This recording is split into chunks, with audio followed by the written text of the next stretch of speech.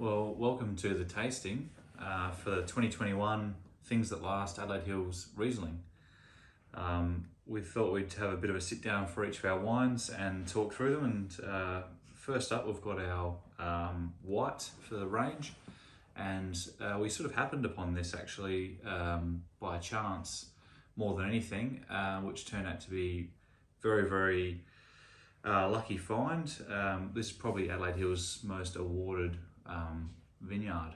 The picture on the label here is actually a picture of one of the trees that lasted the bushfires back in 2015, and despite the heat of the bushfires damaging the soils, they've actually really worked hard to get the soils back to a very good standard, and the fruit is expressing some really beautiful and intense citrus and a little bit of honeydew melon, and it's got some fantastic natural acidity there.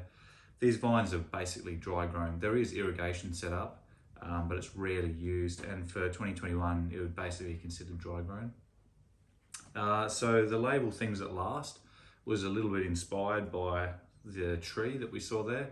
That's obviously hundreds of years old and also survived such a catastrophe back in 2015.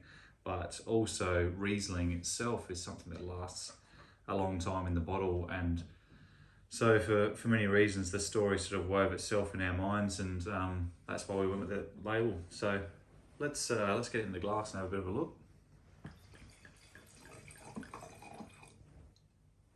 A lovely pale straw colour, slight green hue. And on the nose, there's just a lot of that citrus, fresh lemons. This is 100% free run. We did put a tiny bit of the pressings back in to give a little more flavour volume, but the really beautiful floral aromatics come from the lees contact. So that's the sediment that sits in the bottom of the tank after it's finished fermenting. And so we stirred up those lees for about 3 months to really integrate some of those textures from the yeast cells as they break down, but also those florals as well that the aromatics from the yeast give off.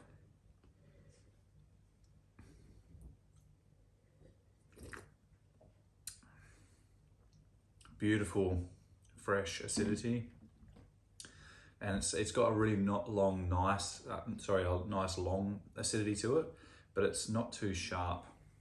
It sort of covers off on the sides of your tongue as well. The fruitiness in it is really quite generous, considering that it's mostly free run, and it's quite a cool climate up on the top of the hill there as well. So it's just on the border between Barossa and Adelaide Hills. There's a tiny bit of honeydew melon and maybe a little bit of violet crumble as well on the finish, and there's a little bit of astringency as well, which sort of marks it as it's more of a textural Riesling rather than a fruity or an aromatic Riesling. So anyway, I look forward to chatting to you about it when we see you next time, but until then, enjoy. Cheers.